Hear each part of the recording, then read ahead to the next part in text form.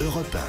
Le grand direct de la santé avec aujourd'hui autour de la table le docteur Catherine Solano, Elisabeth Assayag, le docteur Marcel Ichou et notre nutritionniste, le docteur Jean-Michel Cohen. Entre les régimes drastiques, le sport à outrance et les méthodes dénichées dans les magazines féminins, il est difficile de s'y retrouver quand on veut maigrir. Ce matin, on va vous apporter un éclairage sur un régime qui est à la mode et qui consiste à manger de tout, mais en réduisant les quantités. Alors, est-ce vraiment efficace si vous suivez cette méthode? Si cela fonctionne, vous pouvez nous appeler ou si vous avez des questions au 39 21. D'abord, docteur Jean-Michel Cohen, c'est quoi ce régime? On peut vraiment manger de tout?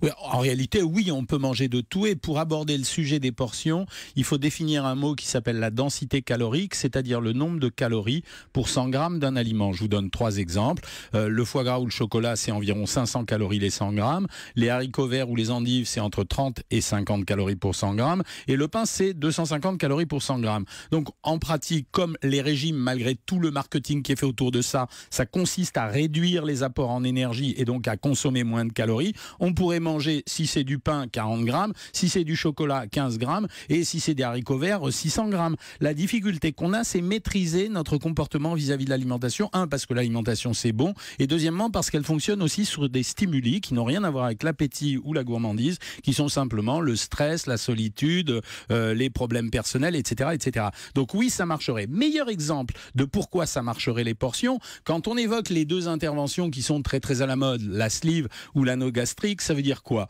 Ça veut dire quand on fait la sleeve, on a reçu Laurent Ournac ici, il nous a expliqué qu'au lieu de manger les quantités qu'il mangeait auparavant, il avait réduit largement ses quantités et donc il a perdu ses 40 kilos. La sleeve, c'est réduire la taille de l'estomac. La sleeve, on coupe 2/3 de l'estomac et on revient à un estomac qui est de la taille d'un enfant ou d'un adolescent. Donc on le remplit plus facilement et on a moins faim voilà, plus vite.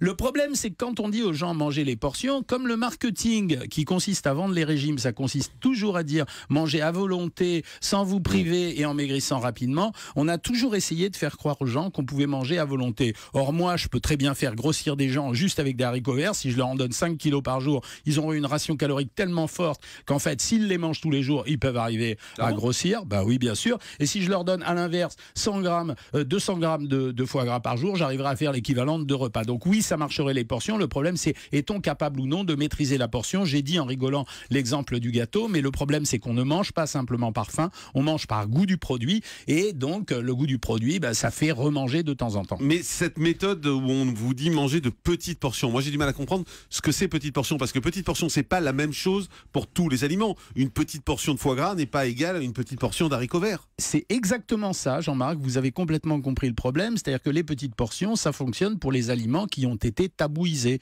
Ça veut dire manger des petites portions, je pourrais très bien dire que dans un repas, d'ailleurs on le fait de temps en temps, quand on personnalise les régimes, c'est ce qu'on fait régulièrement, on arrive à mettre aux gens des aliments qui sont pseudo-interdits. On va leur dire, vous allez manger par exemple en hors d'œuvre, au lieu de prendre une assiette de crudité avec une cuillère à soupe d'huile et du vinaigre, vous allez manger 20 grammes de saucisson. Mais 20 grammes de saucisson, c'est entre 3 et 4 tranches de saucisson. Donc on peut les manger dans un régime et on le fait. Il y a eu des expériences qui ont été faites. Il y a eu un gars aux États-Unis il y a 2 ans qui a décidé de manger 1700 calories par jour sous forme de junk food, c'est-à-dire uniquement des produits pourris. C'est-à-dire il ne mangeait que des hamburgers, des frites, mais il s'arrêtait dès qu'il avait mangé 1700 calories. Donc il contrôlait sa portion. Ce gars a maigri à peu près autant qu'un type à qui on avait donné un régime à 1600 calories, super académique, avec les légumes, les fruits, la viande grillée, etc. Donc oui, c'est possible à faire. Alors est-ce qu'il y a des systèmes pour arriver à faire ça?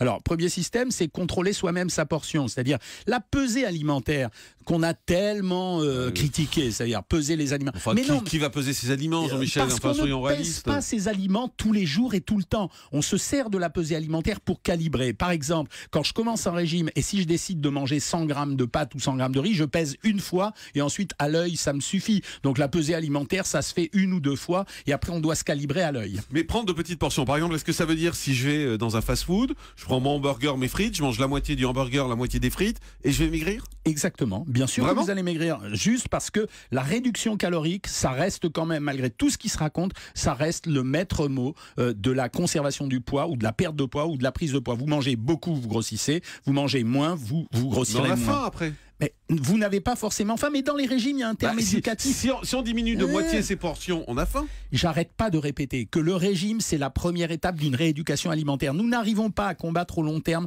les phénomènes de surpoids et d'obésité. Nous arrivons à réduire le poids des gens pendant quelques instants, quelques années, quelques mois, pas aussi peu que ce que certains racontent, mais nous n'arrivons pas à contrôler sur le long terme l'équilibre d'un poids. Et pour le contrôler, on est obligé de procéder à une rééducation. Et cette rééducation, elle passe notamment par la notion de portion. C'est-à-dire, si vous avez l'habitude, regardez d'ailleurs les gens qui maigrissent, quand vous leur donnez un régime, quand ils le lisent, ils vous disent « Oh, mais c'est exactement pareil que ce que je mangeais auparavant ». Mais non, parce qu'on a réduit les portions. Et quand ils réduisent les portions, ils se rééduquent à manger différemment et progressivement. Mais le problème, c'est de combattre la faim derrière. Parce que moi, je veux bien manger la moitié de tout ce que je mange d'habitude, mais après, j'ai faim. C'est cette faim le problème. Alors déjà, dans un régime, moi, j'ai été un élève de Jean Trémolière. Trémolière disait, alors c'est pas du tout politiquement correct aujourd'hui, mais il disait, le meilleur signe de l'amaigrissement, c'est quoi ? C'est la faim, messieurs. Pourquoi ? Parce que les premiers temps, quand vous changez de type d'alimentation et que vous repassez à un autre type d'alimentation, inévitablement, en dehors des troubles du comportement alimentaire, vous avez une sensation de faim. Mais cette sensation, elle s'éduque quand même. Et progressivement, donc il faut la supporter, c'est ce que vous nous dites. On est obligé de la faire supporter. Il y en a marre de mentir aux gens avec cette histoire de régime. Il y en a marre de leur dire que les régimes ne marchent pas. Il y en a marre de leur dire que les régimes, ça doit être facile. C'est pas vrai, c'est un travail de rééducation. Docteur Richoux. Oui, ça n'est pas que de l'arithmétique, Jean-Michel, la nutrition. Si c'était ça... Oui, ça l'est, mais sur le long terme, ça peut pas être ça. Jean-Marc a raison, si vous avez faim, vous tiendrez pas. Ben et puis, il y a tout un ensemble de contextes. Jean-Marc a toujours raison. Quand vous êtes dans un environnement où tout va bien, vous êtes en forme, vous pouvez suivre un régime, enfin, c'est-à-dire vous alimenter convenablement. Mais quand vous êtes dans une période de stress, vous êtes d'accord qu'on a une tendance à croître. Mais vous mélangez les sujets. Non, je les mélange Marcel. pas. Vous mélangez le sujet, Marcel. Mon cher ami, vous êtes un seul et même individu.